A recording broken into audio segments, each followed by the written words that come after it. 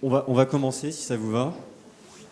Il est possible qu'il y ait une ou deux personnes qui arrivent après, mais bon. Tout d'abord... peut-être pas commencer, en fait. Bon, tout d'abord, merci à tous d'être venus. Merci. Alors, ce soir, c'est la première table ronde co-organisée par le groupe Profession juridique de SCP Alumni et co-organisée avec le think tank Hexagone, dont vous n'avez pas tous entendu parler, mais on aura l'occasion d'y revenir.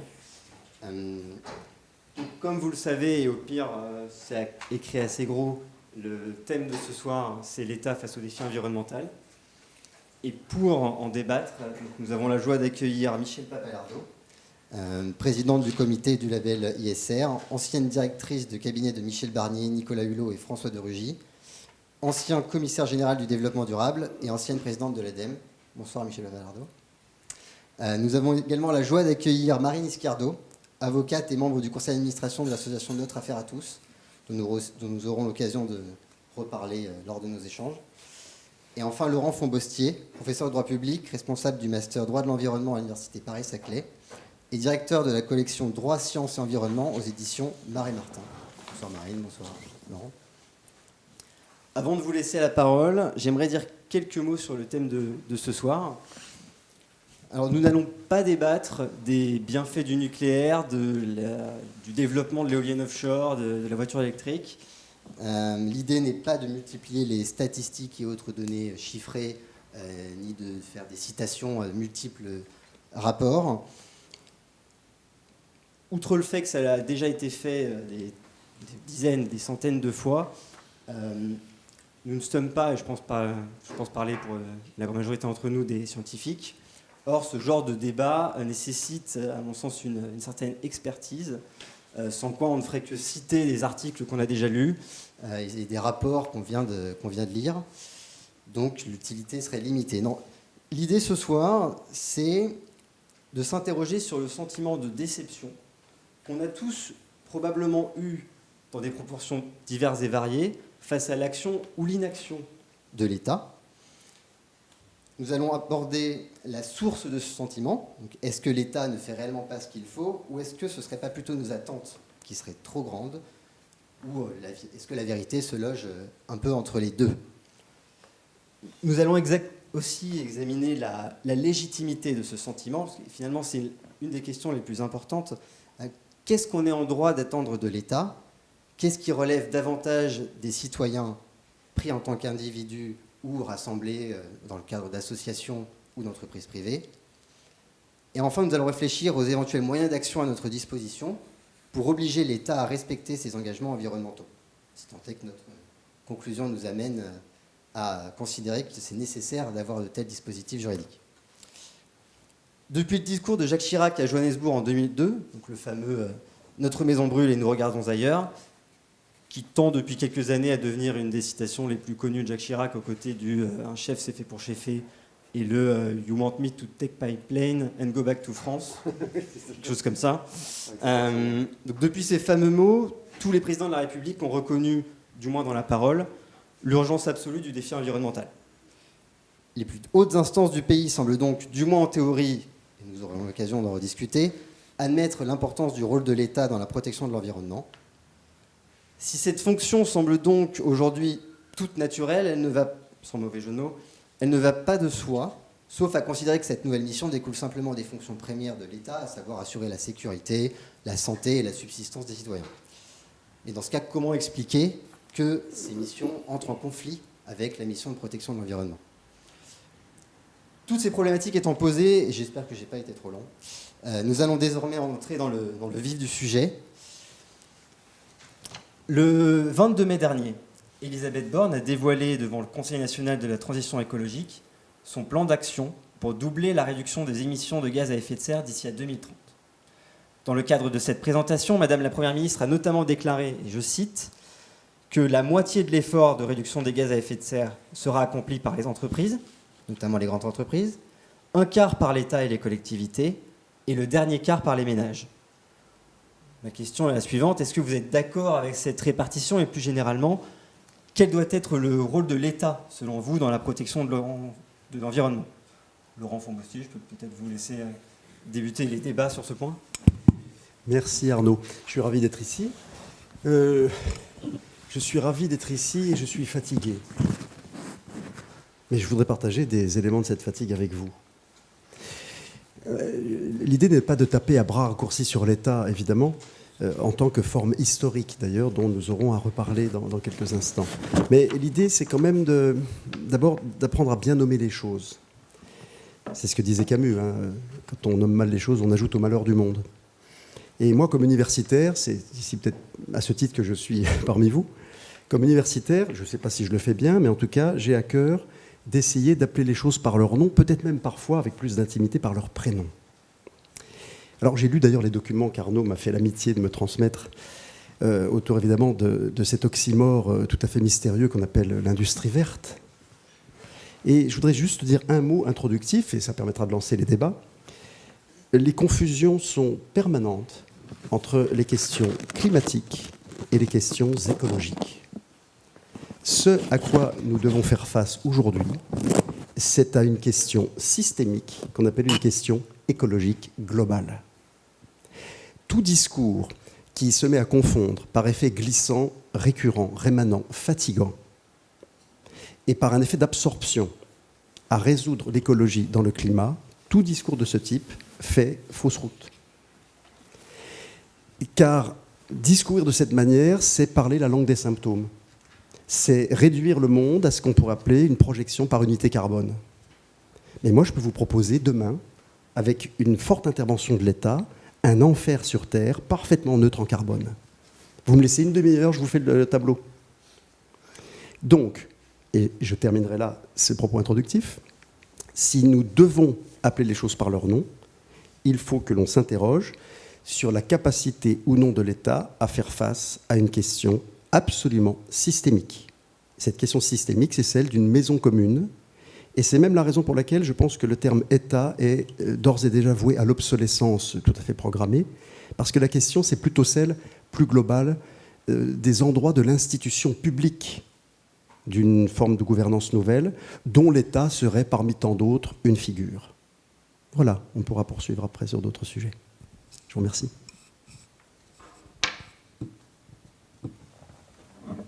Peut-être sur du coup le rôle de l'État, la répartition avec les associations. Moi, je veux bien rebondir sur ce qu'il vient de dire. Je suis complètement d'accord sur le fait qu'on réduit régulièrement, même des fois quand on parle des bonnes intentions, résultat, on finit toujours par ne parler que du climat. Je suis bien d'accord avec ça. Et ce qui, d'ailleurs, voilà, c'est souvent même encore le cas si on prend les documents qu'on a échangés, parce que c'est le sujet qu'on a le plus travaillé. Aujourd'hui, ce qu'on me dit, c'est parce qu'on a des données. Donc, on travaille sur le sujet sur lequel on a des données. On n'a pas des données, donc on verra plus tard, quand on aura des données. Voilà, je pense que c'est bien de rappeler ça. Hein. L'environnement, c'est un ensemble, c'est écosystémique, effectivement. Et c'est aussi pourquoi, peut-être pour revenir à vos questions, pourquoi on est souvent déçu, on ne va pas assez loin, etc., c'est que, en fait, c'est très, très complexe. Et que quand on se concentre, je suis tout à fait d'accord avec l'enfer sur Terre, parfaitement neutre en carbone, hein, quand on se concentre uniquement sur un sujet, on risque, on ne le fait pas toujours, hein, parce que heureusement, il y a des solutions qui sont valables pour d'autres sujets que pour le climat et qui sont positives aussi, mais on risque effectivement de ne pas voir les autres aspects de la question. Et là, on ne parle que de l'écosystémique environnement. Moi, je voulais revenir en deux mots sur quelque chose de plus large, et sur quand on pose la question quel est le rôle de l'État et pourquoi c'est si compliqué ou pourquoi on est souvent déçu, c'est parce que toute décision qu'on prend dans le domaine de l'environnement a des conséquences sur d'autres dimensions, pas seulement environnementales, mais dans tous les autres secteurs de la vie économiques, politiques, de notre vie à nous, de citoyens. Ça peut avoir des conséquences sur la santé, ça peut avoir des conséquences économiques, bien entendu, ça peut avoir des conséquences en termes de bien-être, enfin de liberté même, hein, jusqu'où on interdit pour protéger l'environnement. Voilà. Et c'est bien pour ça que c'est si compliqué et qu'on est souvent déçu. Si on ne s'intéresse à un moment donné, quand on regarde le sujet, restons sur le sujet climat, juste à l'impact climatique de la décision, sans regarder toutes les conséquences que ça aille autour, soit sur l'environnement, soit plus globalement sur les autres politiques publiques, il y a beaucoup de risques, soit d'être déçu, soit de prendre de mauvaises décisions qui ne vont pas durer très longtemps. Vous avez rappelé un peu tout ce que j'ai fait. Moi, j'ai participé 2 fois à la mise en place de taxes carbone qui n'ont pas duré 3 mois. Voilà. Alors, sur le papier, c'était parfait. Ça répondait parfaitement à tous les engagements qu'on avait pris. On n'avait pas oublié qu'il y avait quand même d'autres conséquences. Donc, on avait pris des précautions pour éviter qu'on oublie l'aspect social, l'aspect économique, etc., etc. Même comme ça, allez, il y en a une qui a duré 3 mois et l'autre 6. Point. Et j'attends la 3e. Je ne désespère pas. Mais voilà, le problème, il est là. Il est que les choses ne sont pas aussi simples qu'on le croit quand on ne regarde qu'un des aspects du sujet, et c'est souvent ce qu'on fait. Et est-ce que l'État est plus... Est-ce que les mesures prises par l'État sont plus facilement comprises ou plus efficaces quand il s'agit de mesures incitatrices? Ou est-ce que, au final, les interdictions fonctionnent également, sont bien perçues également? C'est 2 questions différentes que vous posez. Est-ce qu'elles sont mieux comprises et mieux acceptées quand c'est des incitations et qu'on vous donne de l'argent pour faire quelque chose? Oui, ça c'est clair. Est-ce qu'elles sont plus efficaces? Ça, c'est pas toujours évident, parce qu'en fait, dans un certain nombre de secteurs, c'est bien par la norme, donc quelque part par l'interdiction. Quand on fait une norme, c'est qu'on interdit de faire autre chose. C'est bien par la norme qu'on arrive progressivement, ça prend un peu de temps, progressivement à faire avancer les choses. Le sujet de l'efficacité énergétique dans le bâtiment, qui est un sujet extrêmement complexe, parce qu'il a effectivement des ramifications dans tout un tas de domaines très intimes, très individuels, très globales, etc. Il bouge parce qu'on a enfin pris un texte qui était prévu dans le Grenelle et qui ne vient de sortir que maintenant. Donc, pas avec le bon timing, à mon avis, parce que justement, on avait le temps au moment du Grenelle. Maintenant, on est sur des effets de temporalité trop courte, mais c'est l'interdiction de louer les appartements qui sont classés F, G, etc. au cours du temps. Ah ben voilà, ça faisait des années qu'on disait c'est ce qu'on va faire, on va le faire, on va prendre un texte, on va se faire ci, on va faire ça. Bon, il ne se passe rien. Voilà. Là, on a mis un texte, on a mis des dates. Bon, je ne suis pas absolument sûr qu'on va les respecter. Mais en tout cas, ça a déjà fait beaucoup bouger les choses. Ça, c'est pas de l'incitatif. Or, derrière, il faut mettre de l'incitatif pour qu'on équilibre les aspects sociaux et que les choses soient acceptables socialement. Sous cet angle-là, oui, ça c'est clair qu'on a besoin d'incitatif. Mais ça, c'est pas de l'incitatif, c'est de la compensation de l'effet négatif de la norme. Bon, voilà. Et à côté de ces mesures, il y a aussi plus généralement les engagements des États, les engagements de réduire leurs émissions. Dans quelle mesure, en fait, un État peut prendre ce type d'engagement alors que bien souvent, c'est le reflet de l'activité d'entreprises privées? Finalement, l'État lui-même, est-ce qu'il peut prendre de tels engagements alors qu'il n'a pas le contrôle éventuellement de 100% de l'activité? Il y a quand même beaucoup de... Justement, avec les interdictions, il a beaucoup de poids d'outils dans sa main. Effectivement, les émissions des entreprises, c'est pas lui qui va les arrêter à la machine. Mais si il interdit ou s'il taxe, reprenons ma taxe carbone, imaginons, s'il taxe les émissions de carbone, il a un impact sur les émissions de carbone des entreprises, ça c'est clair. Donc il a bien les outils pour faire changer de comportement, c'est peut-être un grand mot, faire réduire un certain nombre d'impacts par le citoyen, l'entreprise, la collectivité lui-même, parce qu'il a la norme, c'est lui, et il a des crédits budgétaires parce qu'il y a des impôts et qu'il y a des taxes. Bon, il a tous les outils pour le faire, mais il ne peut pas faire ça n'importe comment parce qu'il a juste pris un engagement quelque part, on est bien d'accord.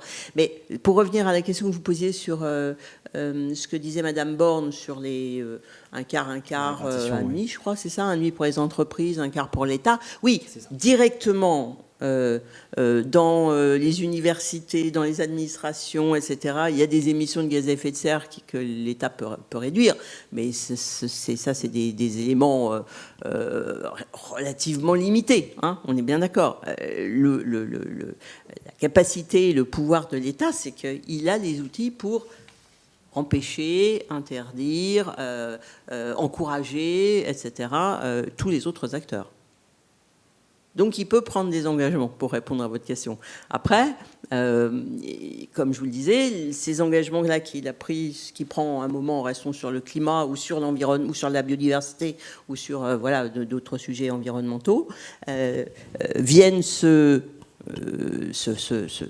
s'affronter finalement à d'autres politiques sur lesquelles il a également pris des engagements, tout aussi légitimes, hein.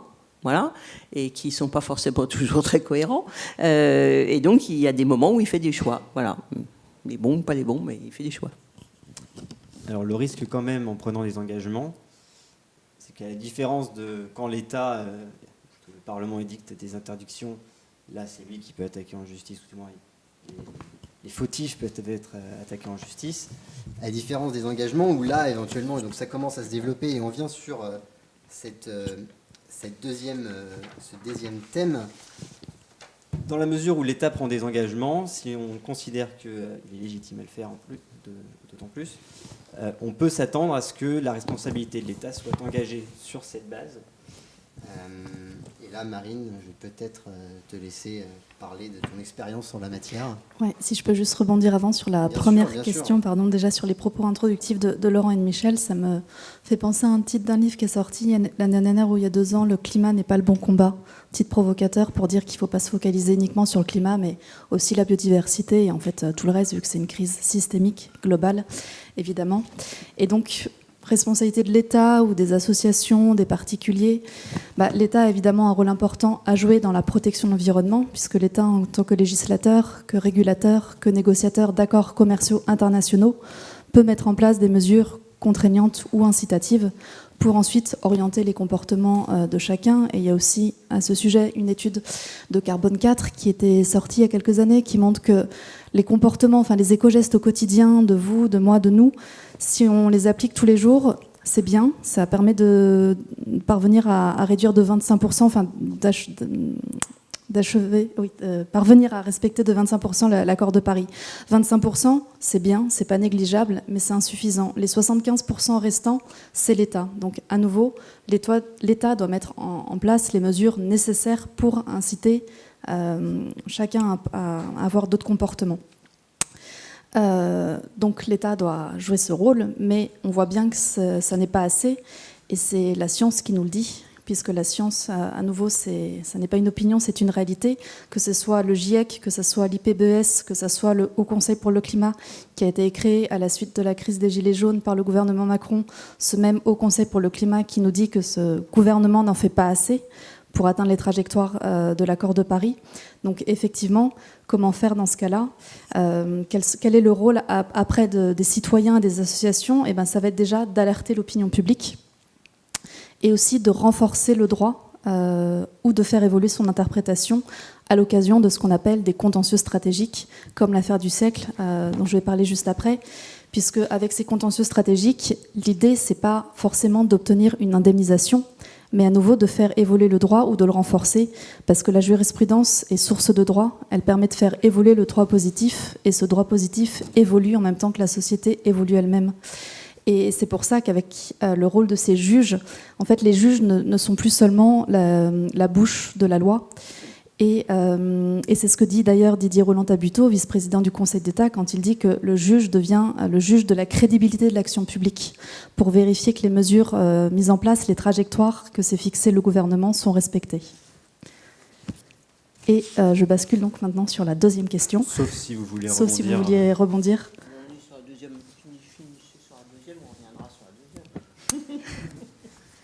C'est libre. Que peut-on faire donc, quand l'État ne respecte pas ses engagements? Et justement, ces procès contentieux stratégiques, comme celui que nous avons lancé en 2018, donc notre affaire à tous, aux côtés de Greenpeace France, Oxfam et la FNH.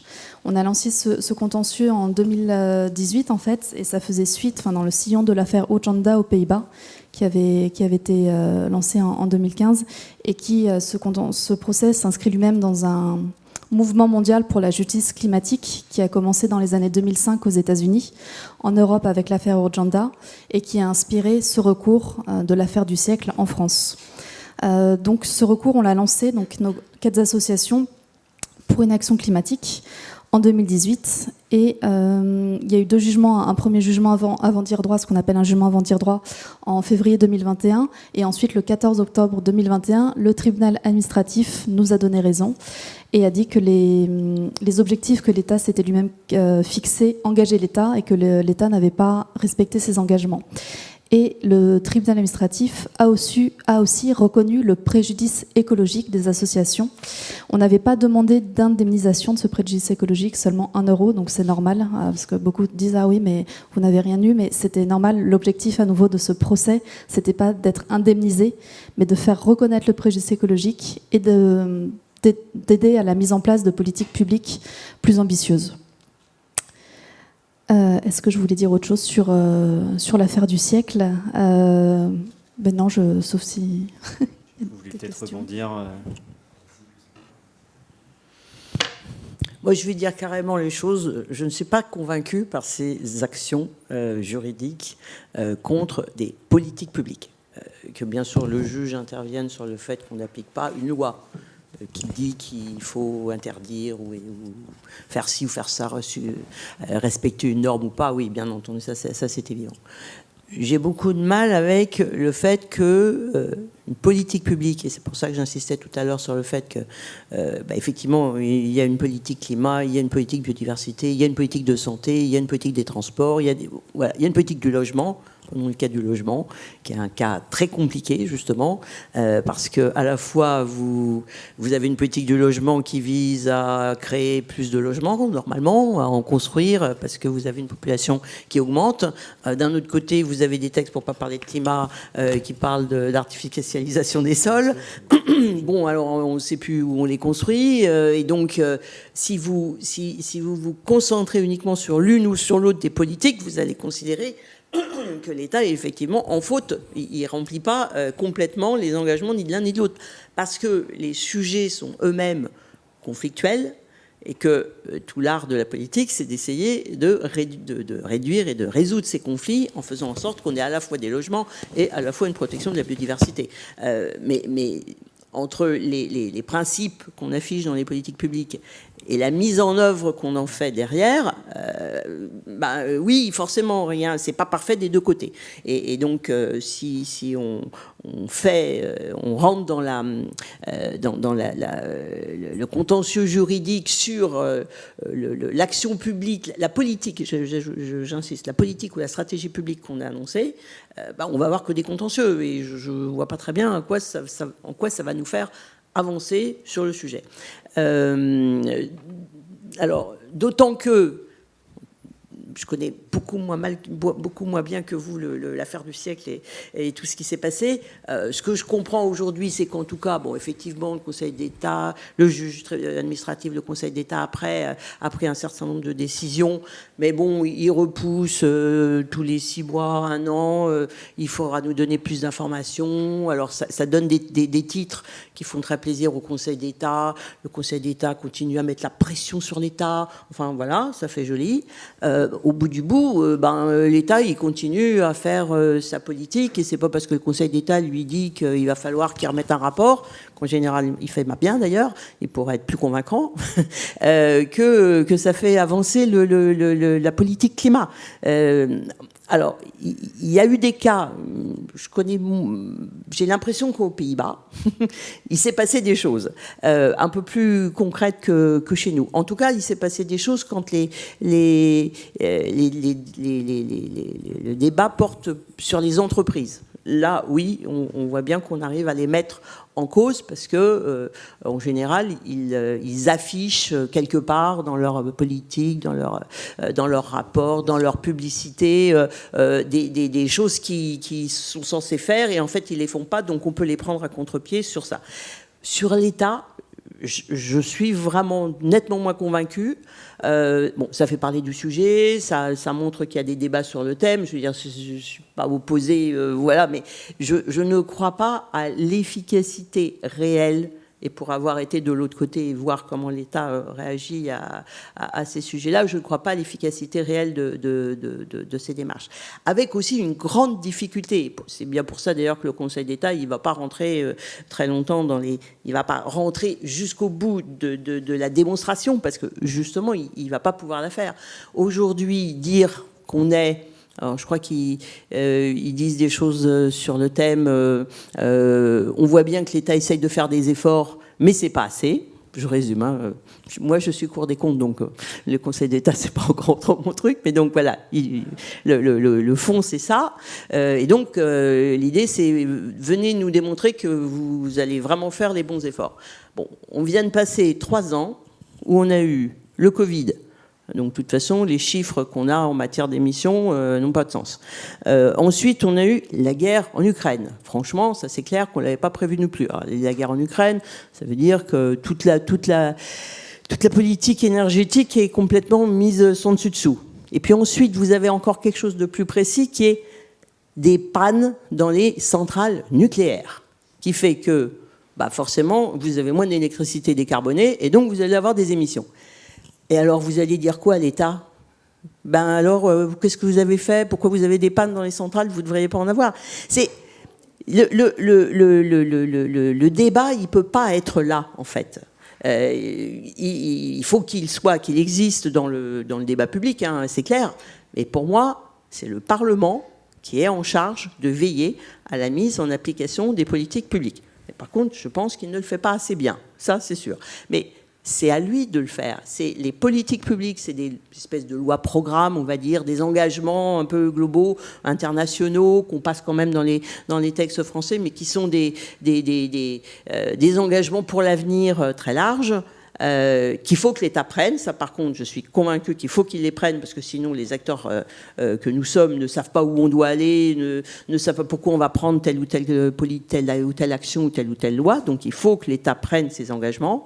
Mais leur réalisation précise, pour moi, vraiment, c'est au Parlement de veiller, et aux citoyens, donc, hein, puisque le Parlement, c'est quand même des gens qui sont élus par les citoyens, donc c'est à l'électeur et au Parlement de veiller à ce que ce soit appliqué. Et si ce n'est pas appliqué, d'abord, il y a un débat, et donc on essaye de comprendre pourquoi, à cause du Covid, de l'Ukraine, de la crise, etc., ou bien juste parce qu'on n'a pas fait ce qu'il fallait, parce que je ne dis pas que l'État fait ce qu'il faut, hein, voilà, n'a pas fait ce qu'il fallait, on ne tient pas nos engagements, et donc il faut faire plus, ou bien il ne faut pas faire plus parce qu'aujourd'hui, on n'arrive pas à faire passer des lois qui disent d'aller plus loin. C'est une appréciation politique qui doit être prise par le politique, et je ne vois pas en quoi le juge peut vraiment intervenir dans ce dialogue entre l'électeur, le parlementaire, l'État, sur ces grandes orientations. Pas sur l'application de la loi, mais sur les grandes orientations.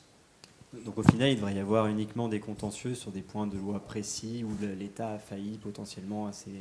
Oui, il y en a beaucoup, hein, où on n'applique pas le texte qu'on a voté, mais un texte précis, pas un texte qui est un engagement sur en 2050, on sera net zéro.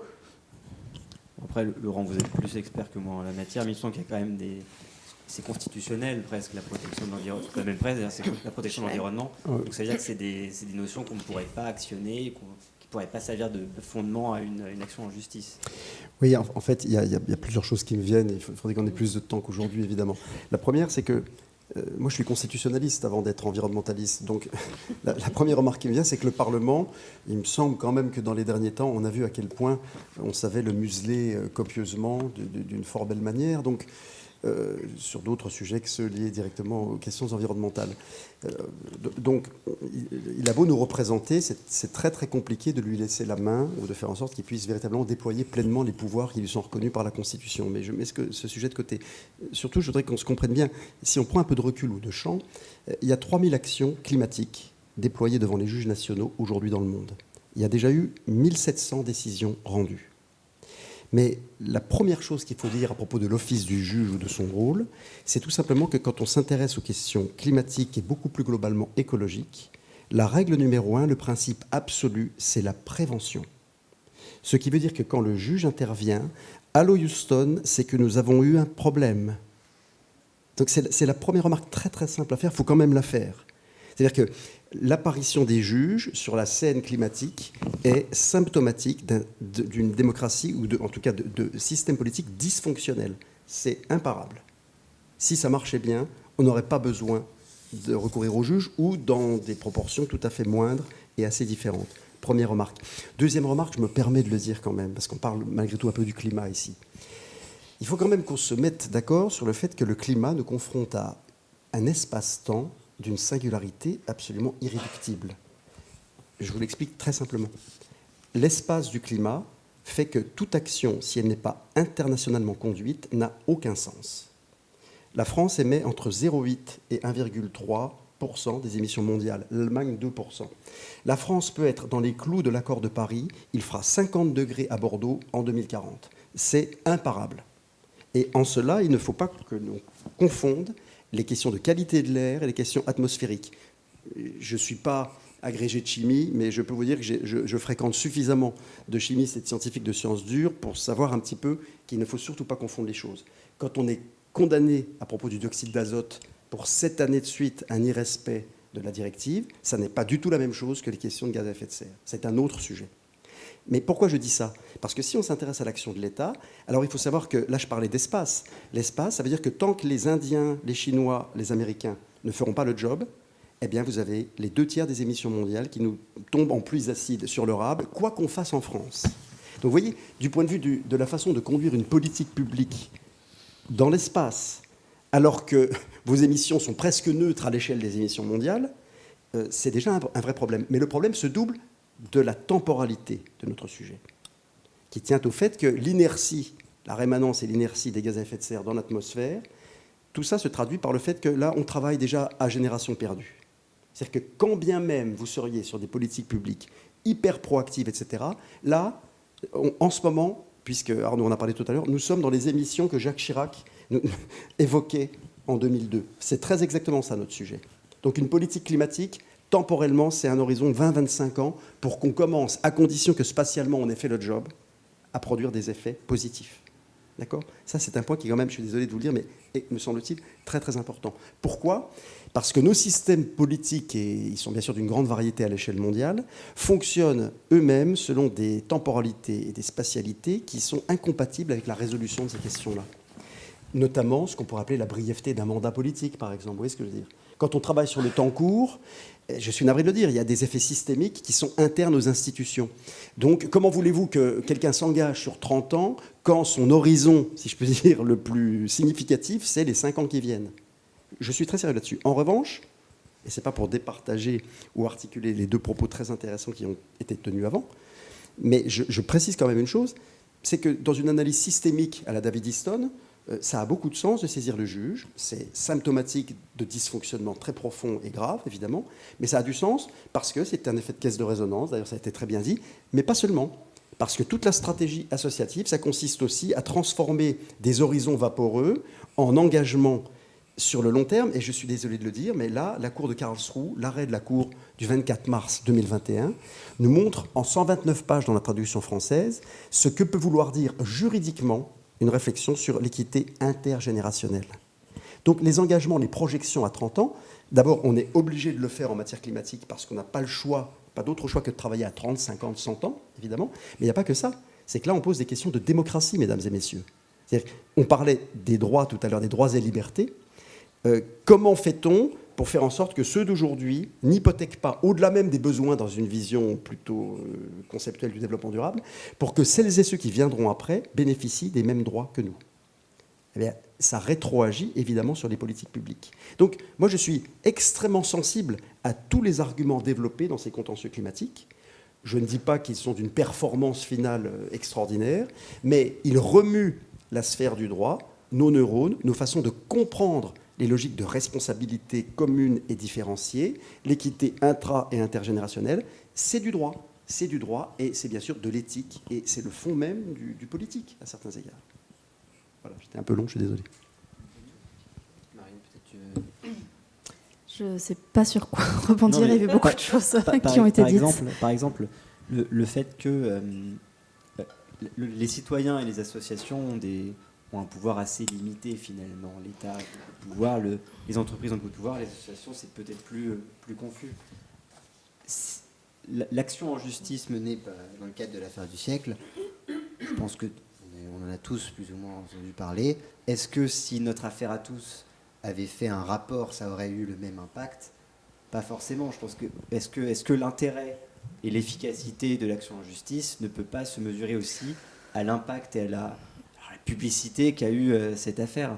Ce qui est intéressant, c'est pas seulement le résultat dans ces procès, c'est pas seulement que l'État soit condamné, c'est tout ce qui est autour, c'est toute la mobilisation citoyenne que ça entraîne. Et encore une fois, c'est faire bouger les lignes aussi et inciter à la mise en œuvre et en tout cas à l'adoption de politiques publiques plus ambitieuses. Après, la question de la mise en œuvre, c'est encore autre chose, mais on pourrait dire la même chose du droit de l'environnement, ça sert à rien parce qu'il n'est pas appliqué, donc pourquoi? Mais oui, ça c'est encore un autre sujet, mais... C'est ça, et quand même, je voudrais revenir sur Urgenda aux Pays-Bas. Enfin, depuis l'arrêt de la Cour suprême de l'Haye en 2019, l'État néerlandais a mis en place un plan, a débloqué un plan en plusieurs millions d'euros pour revégétaliser les villes, fermer toutes les centrales à charbon, diminuer les élevages de porcs. Et limiter aussi la vitesse sur toutes les routes. Et ça, c'est un résultat d'une efficacité remarquable qu'aucune autre action de militantisme associatif ou politique n'avait réussi à obtenir jusqu'à ce jour, jusqu'à l'arrêt Urgenda. Alors après, l'affaire du siècle, pour le moment, le jugement a été rendu donc en 2021. Il doit y avoir une nouvelle étape là, dans les prochaines semaines pour décider de l'astreinte, puisque l'État, forcément, n'a pas mis en place les mesures nécessaires. Et même si on a observé une baisse d'émissions de gaz à effet de serre, c'était conjoncturel avec la guerre en Ukraine, avec le Covid, et c'était pas parce que l'État avait mis en place des changements structurels. Et c'est justement ce qu'on demande, c'est la mise en place de changements structurels qui viennent de l'État. Voilà, je m'arrête là pour le moment. Je suis désolée parce qu'en fait, je suis à contre-pied de ce que je fais d'habitude, puisque d'habitude, j'essaye au contraire de convaincre, enfin pas au contraire, j'essaye de convaincre aussi aujourd'hui, mais je suis dans une position moins critique, mais ça me change. C'est plus compliqué pour moi, mais ça me change. Non, mais c'est pas pour vous contredire du tout, parce que je suis convaincue de l'effet communication, visibilité, etc. Et alors, pour revenir sur ce que vous dites, moi, je ne suis pas du tout convaincue que les associations n'ont pas de pouvoir, n'ont pas de moyens, n'ont pas... Voilà. Elles ont un rôle à jouer. Chacun a son rôle à jouer. Elles ont un rôle à jouer Je suis dans plusieurs associations, donc je sais bien, et c'est pas pour rien. Elles ont un rôle d'explication, de sensibilisation, de pédagogie, de proposition, d'action concrètes, efficaces. Elles peuvent avoir aussi ce rôle de communication à travers leur action juridique. Ce que je dis simplement, c'est que c'est pas contrairement à... Pourquoi je réagis comme ça, c'est parce que j'entends aujourd'hui des gens me dire vous inquiétez pas, tout va s'arranger, il y a les contentieux juridiques et donc l'État va changer. Bon, voilà. Alors ça, je dis, c'est à mon sens, non. Mais je ne dis pas que ça n'a aucun sens de le faire. Voilà. Je reviens sur le cas des Pays-Bas.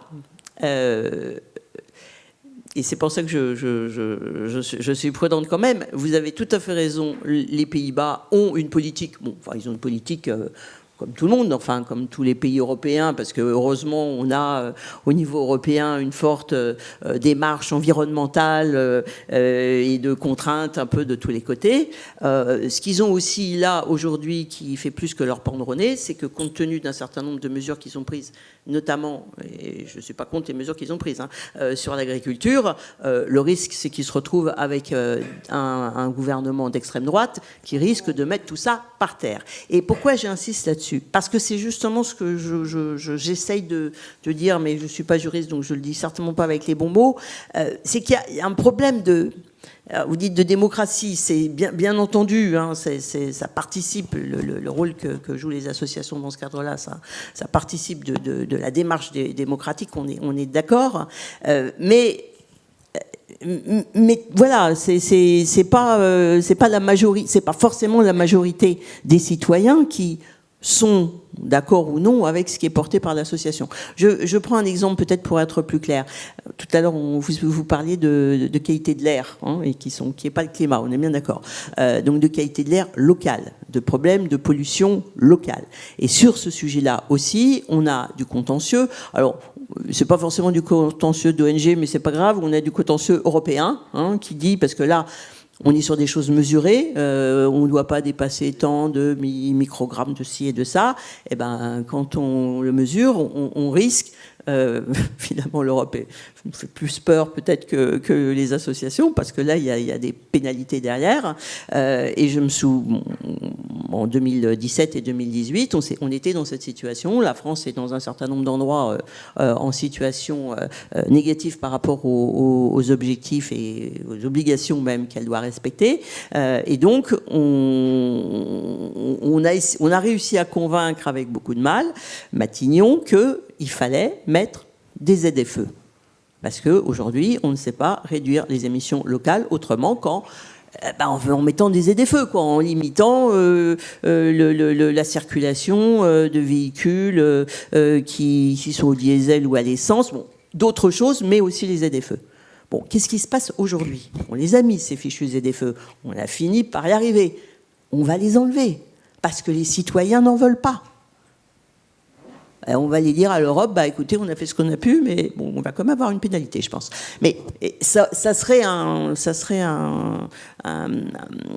débat juridique, ça serait la même chose. On pourrait tout à fait se retrouver avec des associations qui nous disent, pour des raisons de qualité de l'air, bon, il y a un certain nombre de sujets importants, très importants, parce que c'est vraiment le quotidien des gens, c'est leurs revenus, voilà, c'est leur vie sur lesquelles, aujourd'hui, désolé, je le regrette vraiment beaucoup, parce que j'ai beaucoup travaillé pour ça, on a encore une majorité de gens qui ne sont pas dans les démarches environnementales ou de protection, qui ne mettent pas la démarche environnementale avant d'autres impacts qui sont respectables également, en tout cas, qui les motivent. Et ça, c'est là que je dis ça, on ne peut pas le résoudre. C'est à la fois le rôle du politique et c'est pas le rôle du juge d'aller dénouer cette difficulté, cette contradiction. Et il y en a comme ça beaucoup sur nos sujets. Alors, je rebondis et merci beaucoup pour ce que vous venez de dire. Oui, mais si on saisit le juge, c'est justement symptomatique de quelque chose. Ah oui. C'est symptomatique d'une carence des pouvoirs publics qui se traduit notamment par le fait que très souvent, au sommet de l'État, je ne vise personne en particulier, mais vous allez voir que l'image que je vais utiliser va vous parler. Il est de bon ton de dire qu'on ne va pas revenir à la lampe à huile et aux amiches, évidemment, et que surtout, ce point est très important, il faut continuer à propager un imaginaire qui ne s'accompagne pas dans les politiques publiques, notamment d'éducation, de sensibilisation. On l'a vu sur la Convention climat, je suis désolé de le dire. L'interdiction des pubs pour les SUV, par exemple, est tout à fait extraordinaire à ce titre. C'est que je ne dis pas que l'État peut agir directement. En revanche, il peut travailler sur la construction d'un imaginaire. Et ça renvoie exactement à ce qu'Arnaud nous proposait comme réflexion au tout début sur la ventilation des parts ou des chats, d'un certain point de vue. Ce sont des questions politiques, de philosophie politique, et de politique intermédiaire, si je puis dire, de partis politiques d'un certain point de vue. Ça renvoie, et je ne dis pas ça pour prendre position sur les partis politiques, mais dire que le levier d'action va être l'entreprise, la logique incitative, la réglementation, dire que le comportement individuel est déterminant, tout ça, ça ne peut pas ne pas être accompagné de politiques publiques très proactives sur des terrains qui ne sont pas forcément les terrains auxquels on songe immédiatement, mais qui créent les conditions d'une acceptabilité, puisque vous avez finalement fait très bien allusion tout à l'heure, qui ne va pas de soi, évidemment, puisqu'il s'agit, à certains égards, de suggérer que nous pourrions vivre tout aussi bien, mais différemment, mais avec une pratique de nos droits et libertés qui changerait relativement copieusement. Mais ça ne se fait pas tout seul. Ça suppose que les pouvoirs publics, et là on parlait de l'État tout à l'heure, je crois qu'il faut qu'on se mette toutes et tous d'accord, c'est des questions d'échelle d'intervention. Les pouvoirs publics, c'est aussi les collectivités locales, et les questions environnementales sont aussi beaucoup des questions de relocalisation sur un certain nombre de sujets, pas forcément sur le climat, mais sur ces sujets-là. Donc moi j'insiste beaucoup là-dessus, c'est une synergie, alors ça fait ensuite c'est un vocabulaire très creux évidemment, mais des synergies d'action où le comportement individuel ne peut pas, sans ce soutien-là, véritablement muter, et pas simplement s'arranger à la marge, hein, muter très très substantiellement. Là, c'est pour moi le rôle des politiques publiques d'accompagner ça dans la construction d'un autre imaginaire que celui auquel on a droit pour l'instant. Et dans ce cas, est-ce que au final la simple saisine du juge ne serait pas plus importante que le jugement final dont la légitimité en plus pourrait être contestée, notamment à titre chronologique, comme on l'a déjà évoqué, puisque le jugement peut intervenir à un moment où ce sera un autre gouvernement, ou alors ça sera une faute qui, à l'inverse, sera reprochée à un gouvernement c'était il y a 10 ans qu'il a pris cet engagement, ça n'a plus de sens. Est-ce que le jugement, finalement, la condamnation a vraiment une importance ? Mais quand on n'attaque pas un gouvernement, on attaque l'État. Et puis là, je veux dire, je ne pense pas qu'il y ait un gouvernement qui soit mieux que l'autre pour en rattraper un. Donc de toute manière, à chaque fois, les politiques publiques sont insuffisantes. Il faut faire plus. Et ça nous est rappelé à chaque fois. Et pour rebondir aussi sur la démocratie, oui, on s'en remet aux élus, on les a élus, c'est démocratique, et faire le lien avec la Convention citoyenne pour le climat. Effectivement, je pense que notre démocratie, Laurent le disait, elle est défaillante, surtout la démocratie environnementale. Et d'ailleurs, Hélène Landemore, qui est professeure de sciences politiques à l'université de Yale aux États-Unis, spécialisée en théorie démocratique, explique qu'on n'est plus vraiment maintenant dans une démocratie, mais plutôt dans une oligarchie ou une plutocratie, dans laquelle en fait les 10% des plus riches vont influencer les politiques publiques. Aux États-Unis, on parle même de corporatocratie, parce que 80% à peu près des décisions sont prises par l'élite financière qui vont donc influencer. Et donc oui, il y a un problème, et c'est pour ça, c'est le rôle aussi des associations avec ces procès pour essayer de faire changer ça. Et autre chose, là on parlait des contentieux stratégiques, donc pour mettre en lumière la carence fautive de l'État. Mais il y a un autre rôle des associations à l'échelle plus locale, c'est de aussi pallier les dysfonctionnements de l'État, les carences dans les contrôles, notamment des ICPE. Et là, je voudrais faire référence au recours Vallée de la Chimie qui a été lancé par la branche lyonnaise de Notre Affaire à tous, donc Notre Affaire à tous Lyon, contre Arkema, qui vend des produits chimiques, pour contamination de l'eau, de l'air, des sols au PFAS. Vous savez, ce sont ces produits chimiques persistants, perfluorés, donc qui contaminent ça, même le lait maternel. Et donc un recours là, a été lancé contre Arkema, un nouveau référé pénal environnemental porté par 10 associations et syndicats et 37 personnes contre cette société. Et ce que dénonce donc Notre Affaire à tous Lyon, ce sont les défaillances de l'Adréal, de la préfecture, donc de l'État, dans les contrôles de ces grands groupes industriels, de ces ICPE. Donc il y a aussi, voilà, on voit quand même le rôle de ces associations à différents niveaux. Non, mais là, complètement d'accord. C'est ce que je disais. On est sur une décision appliquée, pas appliquée, mal appliquée, sur quelque chose de très précis, sur une entreprise. Enfin, bon, voilà, il n'y a pas de discussion. Là, mon scepticisme ne porte que sur l'efficacité en termes de résultats. Je ne dis pas de prise de parole, en termes de résultats sur les politiques publiques. Le sujet plutocratie, etc., je ne suis pas certainement aussi experte que la professeure dont vous parlez.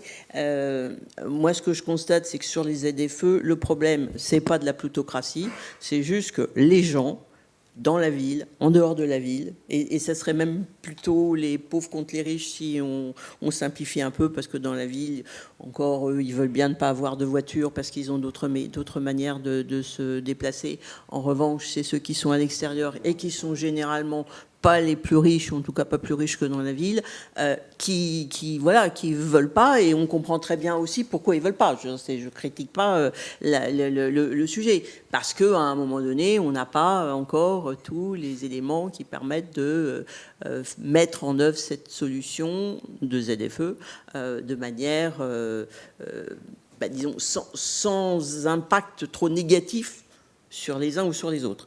Et donc, c'est toute une politique publique qu'il faut aménager, mais ça va très loin. C'est effectivement, est-ce que vous avez la possibilité de vous acheter des voitures électriques ou pas, de les charger? Enfin bon, plein de sujets relativement complexes.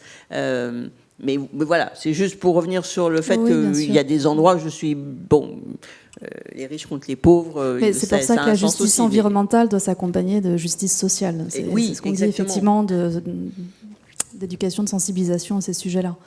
Parce que ça pose des problèmes d'acceptabilité sociale. CF, la crise des Gilets jaunes. Alors j'aimerais revenir, Michel Papalardo, sur un point que vous avez évoqué, à savoir la confrontation des différentes missions de l'État. Alors ça me rappelle un livre que j'ai lu il n'y a pas si longtemps que ça, de Léo Cohen, que vous avez peut-être connu. Oui, Léo, oui, j'ai pas lu son livre, mais je le connais. qui a qualifié les ministères de l'Environnement de ministère de l'impossible, qui a même parlé de... Oui, mais il l'a répété. Il l'a répété. Et il me semble qu'il a aussi parlé d'État schizophrène.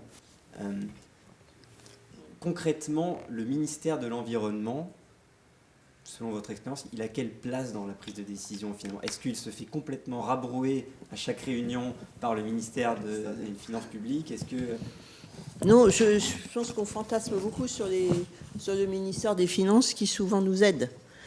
Je reprends la dernière taxe carbone, c'est-à-dire celle de 2017-2018, Gilets jaunes et consorts. C'était pas une proposition de nous, c'était une proposition du budget.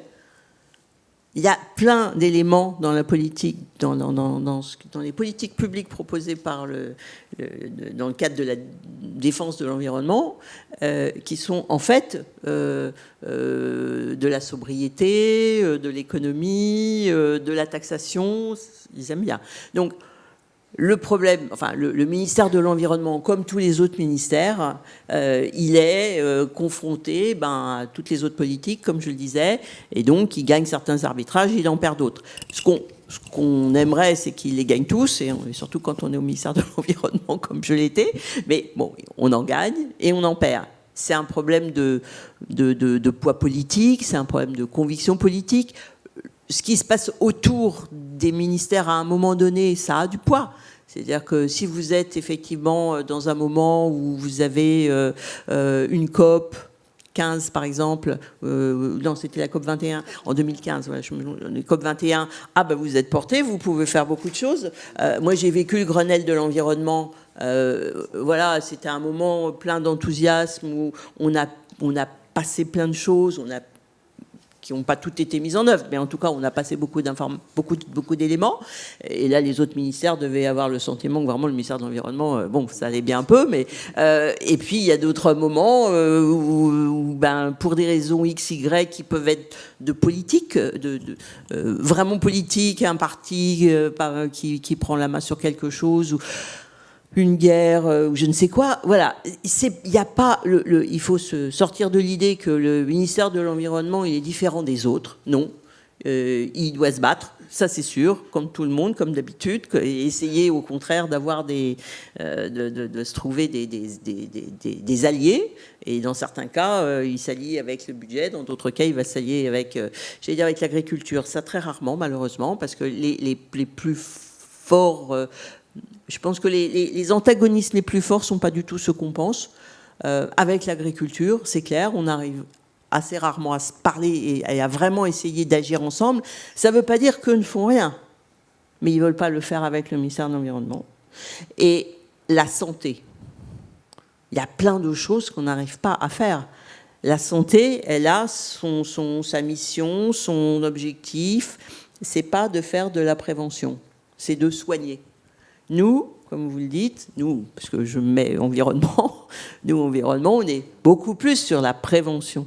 Et donc, on ne se comprend pas très souvent. Le sujet de la réutilisation des eaux usées, par exemple. Et on est toujours en train de nous dire, mais pourquoi est-ce qu'en France, on est si mauvais? En Espagne, ils réutilisent 40% de leur eau, je ne sais plus où, c'est bien plus. En Australie, en Israël, ils font 90%. Bon, voilà, nous, c'est 3 gouttes d'eau. C'est parce que c'est interdit par les textes aujourd'hui en matière de santé. Et ce n'est pas de la méchanceté, c'est un problème. C'est parce que eux, dans leur politique de prévention, de prévention très forte, on va dire, cette fois-ci, ils disent que si l'eau n'est pas réutilisée, on ne prend pas le risque qu'elle soit maltraitée en la réutilisant. Voilà. Il y a toujours une logique, c'est pas des antagonismes comme ça pour le plaisir. Il y a une histoire, il y a une culture derrière, il y a quelque chose. Il faut arriver à débloquer ça prend du temps. Ça se passe parfois très bien avec un ministre et moins bien avec un autre. Bon, voilà. C'est un combat tout le temps, mais le ministère de l'Environnement, c'est pas le pauvre petit au milieu sur lequel tout le monde tape. Au contraire, enfin aujourd'hui, moi j'ai vécu le ministère de l'Environnement avec Michel Barnier en 93-95. C'était un microscopique petit ministère, hein, vraiment. On était très très peu. Il y en avait. Et pourtant, exactement, on a fait une très belle loi qui est toujours en application sur un certain nombre de sujets. On a modifié beaucoup de choses. Donc c'est pas un problème de taille. Et puis de contexte autour. On apportait des sujets nouveaux. C'était relativement facile à l'époque parce que c'était nouveau, donc on pouvait faire. On avait des marges de manœuvre qui étaient très grandes. Aujourd'hui, voilà, le sujet est plus partagé.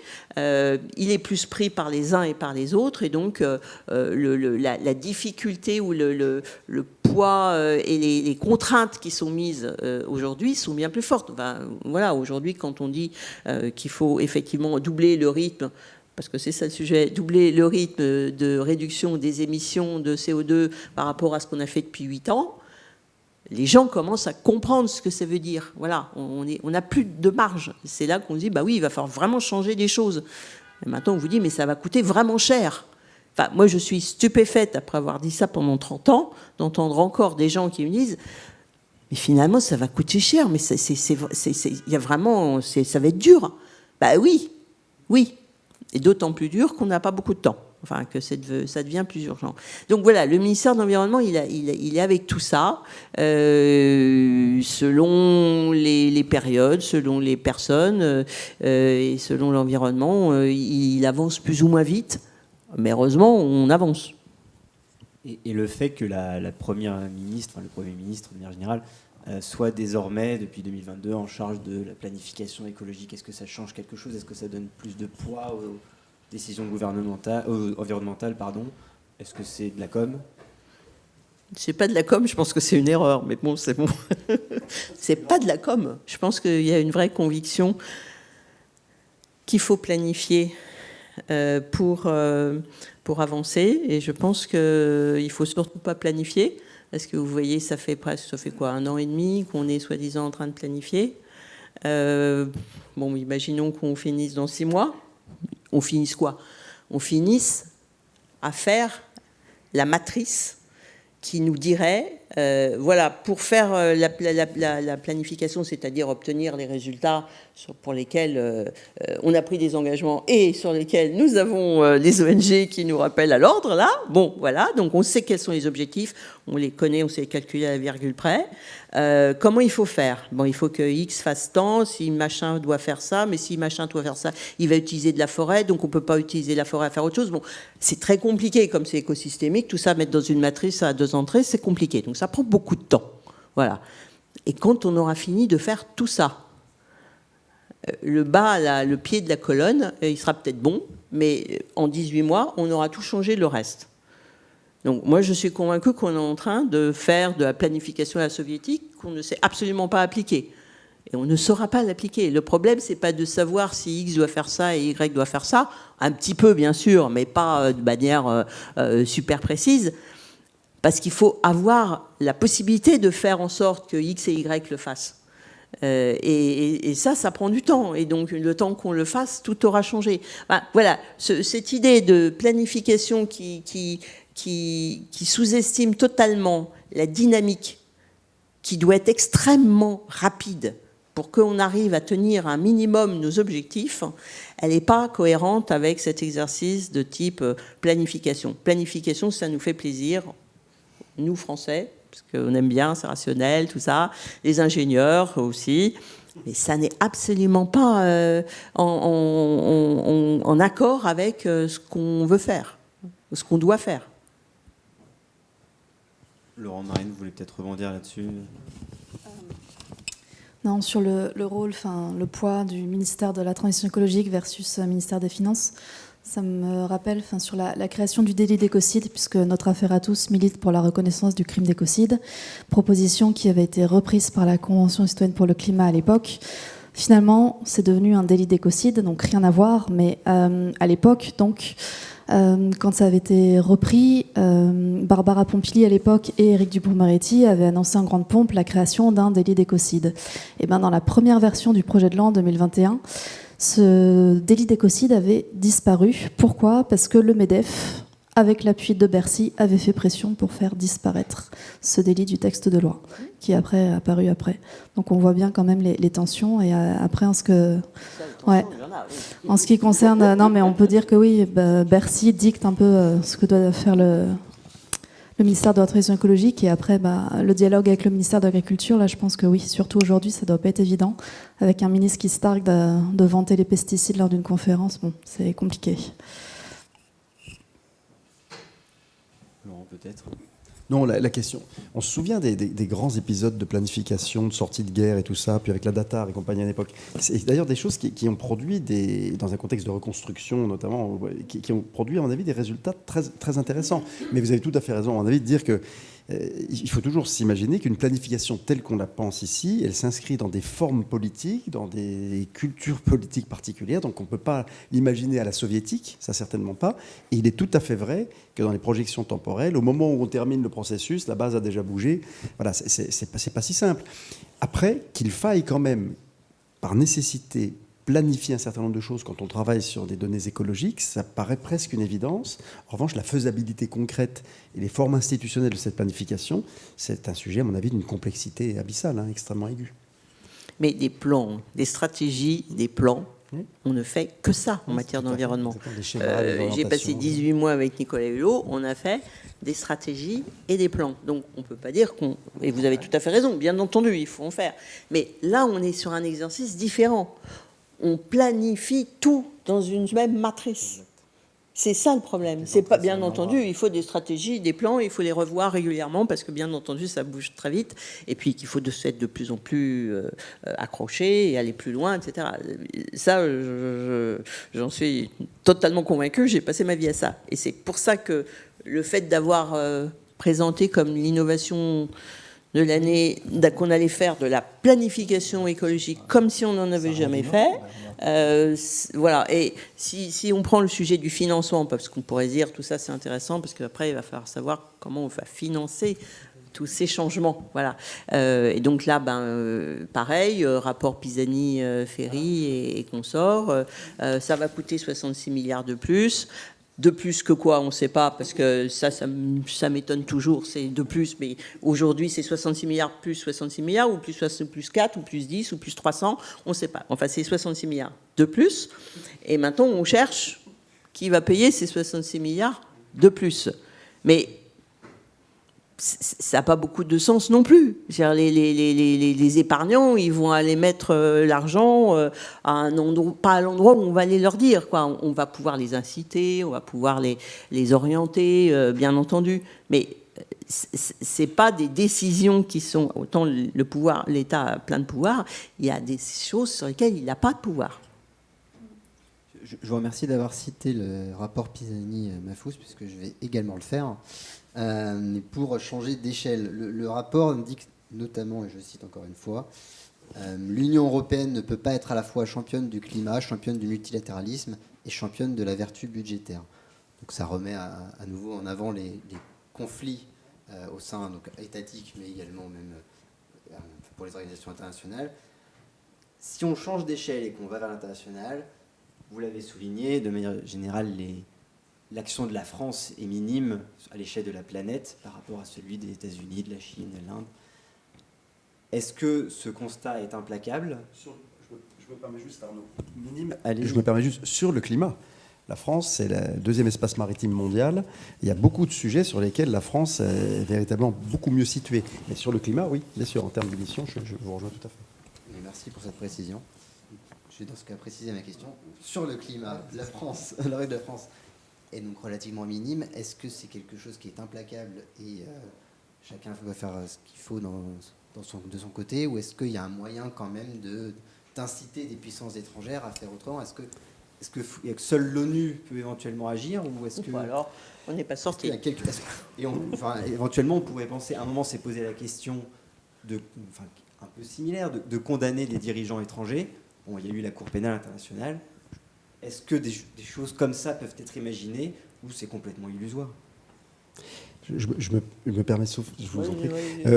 Bon, là, moi, j'ai beaucoup travaillé sur le GIEC et sur les questions climatiques ces derniers mois, très, très lourdement, jusqu'à plus soif. Très sincèrement, vous vous souvenez sans doute que des personnes du Bangladesh ont attaqué l'Allemagne, l'État fédéral allemand, dans le cadre de l'action qui a conduit à l'arrêt dont on a parlé tout à l'heure du 24 mars 2021. Ce qui est très compliqué, là, on parle de responsabilité. Il y a des juristes dans la salle, j'imagine, ça peut arriver à des gens bien. Il y a des juristes dans la salle et vous savez très bien que les questions de responsabilité, c'est des questions de causalité. Or, le climat nous confronte à des problématiques de causalité d'une complexité proprement abyssale, mais véritablement. Pour l'instant, les actions conduites par des personnes étrangères, le plus souvent, sont freinées par des systèmes contentieux internes relativement connus autour de la recevabilité ou des éléments que vous connaissez sans doute assez bien. Mais ça ne durera pas forcément éternellement, évidemment, parce que le climat est notre affaire à tous. C'est-à-dire que pour le coup, le climat nous co-inclut absolument dans un même système ici. D'accord ? Donc, après, sur les condamnations, bon, la Cour internationale de justice en 93, là je ne parle pas de la CPI, hein, la Cour internationale de justice a inventé une chambre de l'environnement en 93 qui a fait évidemment pchit presque instantanément, ça n'a jamais fonctionné. Autour de l'écocide, il y a de vraies réflexions, et pas seulement sur l'écocide, sur la création de cours dédiés ou d'une juridiction dédiée. Je vous dis juste un mot sur ce qui nous réunit ce soir. Il y a de très très belles phrases d'auteurs japonais, je pense à Mishima, mais à d'autres, ou à Kawabata. Faire de l'économie, c'est continuer la guerre par d'autres moyens. Et là, je suis désolé, quand vous lisez la lettre, par exemple la déclaration de Bruno Le Maire, qui nous était donnée dans les documents que vous avez fournis, on voit parfaitement ce que veut dire dans le contexte actuel le repli, c'est-à-dire l'extraordinaire menace qui pèse sur le multilatéralisme et le repli des États sur eux-mêmes dans des logiques de guerre, de conquête de marché, de cible. Vous voyez, j'utilise un vocabulaire militaire qui est celui pourtant de l'économie. Donc, je vous dis juste une chose. Le hiatus qu'il y a, le télescopage entre les exigences d'interdépendance et de solidarité internationale, dans une certaine conception historique, certes utopique, mais dont la SDN et l'ONU ont été les porteurs, historiquement, le hiatus entre ça et la réalité de la guerre économique que se livrent les États, eh bien, bonjour. C'est-à-dire que la résolution de ces tensions-là, je vous souhaite beaucoup de plaisir. Et l'Union européenne, c'est pour ça que c'était très très bien de citer ce que vous avez fait tout à l'heure, on parlait de schizophrénie, l'Union européenne, c'est à la fois le libre marché, d'ailleurs elle s'est construite là-dessus, y compris pour faire la paix d'un certain point de vue. Parce que le doux commerce de Montesquieu a des vertus, paraît-il. Vous voyez ce que je veux dire ? Donc comment est-ce qu'on fait, c'est la quadrature du cercle, pour relocaliser, pour jouer des logiques protectionnistes qui sont à certains égards presque utiles et nécessaires, mais simultanément impossibles ? Et comment on fait pour être à la fois dans l'environnement, dans la liberté de circulation des produits, des services, des biens, des capitaux, de tout. Je dis pas que c'est impossible, mais franchement, bon courage. Voilà, je me permets juste ça. C'est important de parler aussi de ces questions internationales. Ben cette fois-ci, je vais être positive. Enfin, optimiste plutôt. Parce que d'abord, parce qu'il y a un point, on dit toujours qu'on fait que 1% et quelques pourcents des émissions mondiales, c'est vrai. Mais moi, je préfère réfléchir en empreinte et pas en émissions sur le territoire, c'est-à-dire l'ensemble des émissions dont nous sommes responsables, nous, Français, consommateurs, hein, parce que quand on achète un t-shirt en Chine, les émissions, pour le moment, elles sont mesurées en Chine, d'accord, mais c'est quand même à cause de moi, parce que je l'ai acheté, qu'il y a ces émissions. Donc, quand l'empreinte, c'est ça, on tient compte des émissions liées aux produits qu'on a importé, en fait. Hein. Et dans ce cas-là, on double quand même. Alors, vous me direz 3%, c'est pas encore la fin du monde. Sauf que si vous faites ça, vous allez voir que la Chine, elle, bien sûr, vous lui enlevez le 1,5% que je viens de mettre à la France. Vous faites la même chose en Chine pour tous les autres pays. Vous allez voir qu'ils émettent pas tant que ça, pour eux. Hein, voilà. Et ça, pour moi, c'est aussi un problème de justice, ça, hein, de comprendre bien où sont les responsabilités des uns et des autres. Et donc, quand on dit on n'est pas responsable de grand-chose, ben, quand même, un petit peu. Et tous, on est beaucoup plus responsables qu'on ne le croit, parce qu'on préfère expliquer que c'est les Chinois, les Indiens, et puis les autres qui font mal. C'est pas vrai, c'est nous. Deuxième, bon, ça, c'est pas ma position optimiste, quoique ça veut dire que si on veut réindustrialiser en France, ce qui me paraît une bonne idée, on a intérêt à réfléchir en empreinte, parce que quand on industrialise en France, on fait des entreprises chez nous, on les fait rapatrier ou on en crée des nouvelles, mais en tout cas, on va émettre des émissions qu'on n'émettait pas avant. Donc si vous comparez votre total d'émissions avec réindustrialisation et sans réindustrialisation avant, vous allez avoir un problème, vous allez avoir une augmentation de vos émissions. Et donc vous allez dire, bah, c'est quoi, ça va pas. Donc on va recommencer à aller mettre les choses chez les Chinois. Donc il faut vraiment réfléchir en termes d'empreinte, parce que c'est ça notre responsabilité. Sur la question que vous posiez très précise, qui était, bon, est-ce que ça sert à quelque chose tout ce qu'on fait ? Oui, parce que la France est dans l'Europe. Et qu'il faut que l'Europe, qui commence à devenir quand même quelque chose de plus important et qui a plus de poids sur la planète et sur le jeu international, l'Europe, elle a une position forte sur ces sujets de climat, puisqu'on est climat, mais d'environnement de manière générale, mais en tout cas de climat. Et ça a quand même un impact sur les autres aussi, hein. D'ailleurs, si on regarde bien la Chine, on va se réveiller dans pas trop longtemps, on va s'apercevoir qu'ils sont très très bons et qu'ils ont fait beaucoup beaucoup de choses. D'ailleurs, on le vérifie déjà puisque c'est eux qui nous font nos panneaux photovoltaïques, par exemple, et qui sont en train de nous construire nos voitures électriques. Donc, on devrait regarder les choses plus objectivement, en fait, que ce qu'on fait. Et je reste sur cette idée que la France est un élément de l'Europe. Et dans l'Europe, elle joue bien son rôle. Moi, je ne veux pas dire qu'on est les meilleurs, les plus ci ou les plus ça. Enfin, on joue notre rôle. Parfois même d'ailleurs au-delà, et c'est là que c'est intéressant de voir les interventions des ONG, parce qu'au niveau européen, ou dans le débat international, ou dans les COP, on aime bien faire des beaux discours et pousser tout le monde à aller très loin. Et puis après, quand on revient à la maison, on a plus de mal à les mettre en place. Et c'est là qu'arrive l'affaire du siècle, et qui dit, bon, alors, vous le faites ou vous le faites pas. Et c'est là qu'on a un hiatus. Mais heureusement qu'on fait cette action-là à l'international, parce que ça tire, ça pousse, pas forcément de la manière dont on souhaiterait, parce que c'est vrai que les textes aux États-Unis, c'est pas comme ça qu'on voyait les choses, mais bon, après chacun vit sa vie, on est d'accord, mais on a un rôle d'entraînement. Et dernier point sur ce sujet, je pense qu'il y a un truc qu'il faut qu'on ait vraiment en tête. Tous les centièmes de degrés qu'on évite, hein, c'est bien. Voilà. Alors, on n'est peut-être pas au meilleur niveau de ce qu'on cherche à atteindre, mais aujourd'hui, tous les grammes de CO2 qu'on évite de mettre dans l'atmosphère, ça fait des degrés en moins pour les générations futures. Et donc, il ne faut pas se poser la question, est-ce qu'on est trop petit, trop gros, est-ce que vraiment ça vaut la peine ? Non, ça vaut la peine. Ça fait toujours ça de moins dans l'atmosphère. Ça ne rend pas forcément tout le monde plus sage, mais en tout cas, ça a cette efficacité, il faut qu'on l'ait en tête. Parce que dans ce que je voulais dire tout à l'heure quand je parlais de Pisani-Ferry, et je l'ai oublié en cours de route, c'est que le chiffrage qui fait des 66 milliards, c'est uniquement l'atténuation. C'est les 66 milliards de plus qu'il faut faire pour réduire les émissions. Aujourd'hui, on est sur un autre sujet qui me passionne, c'est l'adaptation. L'adaptation aux conséquences du changement climatique. On ne chiffre pas ça. Hein.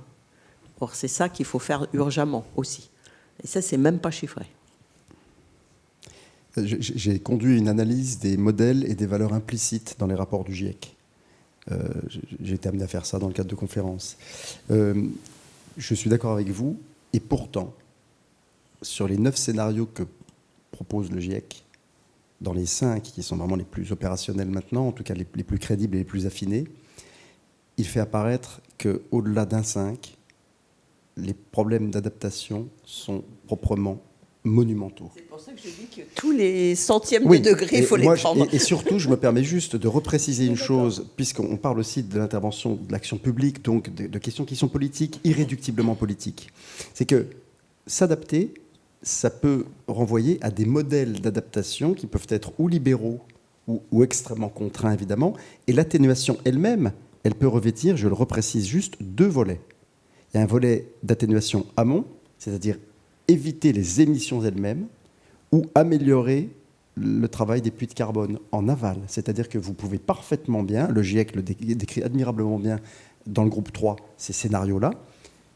Ça consiste par exemple à fertiliser les océans ou à travailler sur les forêts ou la foresterie en termes de puits de carbone. Donc il faut bien comprendre que quand on s'adapte ou quand on atténue, on peut le faire à travers des schémas politiques, économiques, sociaux extrêmement différents. Ça va dépendre des circonstances, des opportunités des États eux-mêmes, etc. C'est des questions qui sont vraiment très... Mais bien évidemment que le moindre gradient, le moindre centième supplémentaire, là, c'est fondamental. Il ne faut pas penser le climat du genre, sur la côte d'Azur, il fait plus de 34 en été, mais 36. Je crois qu'on s'est mal compris. Il faut avoir une vision de médecin, médical. Un corps qui vit à 38,5 en permanence, soit 39 degrés, vous avez une toute petite idée à travers ça, une petite image des problèmes que l'on rencontre quand on prend plus de degrés à l'échelle planétaire. C'est une moyenne, mais il faut le voir de façon homéostatique en général. Alors, on a fini sur une note très positive avec Michel, beaucoup moins positive avec Laurent. Marine, peut-être que tu veux être le juge de...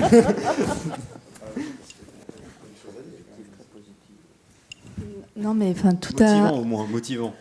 Non, mais sur cette question, tout a été dit déjà par Michel et Laurent. Enfin, juste insister, effectivement, les 1% de la France, bon élève, oui, c'est quand on prend en compte que les émissions territoriales. Mais après, effectivement, quand on importe et qu'on consomme des objets fabriqués en Chine, c'est pas la même chose. Après, création, Arnaud, tu demandais création d'une cour pénale internationale de l'environnement. C'est une idée, pas de moi. Oui, non, je sais bien, et il y a des réflexions qui sont en cours, effectivement.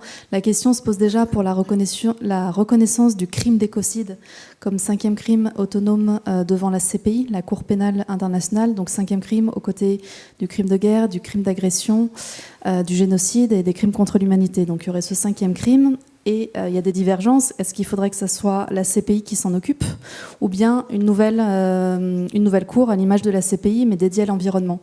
Et je crois que c'est d'ailleurs Laurent Néret qui suppose, lui, plutôt de créer une nouvelle cour, hein, parce qu'effectivement, déjà, quand on voit que les procès contre les crimes de guerre, crimes d'agression, le temps que ça prend, si en plus on surcharge la Cour, la CPI, avec ces nouveaux contentieux crimes environnementaux. Bon.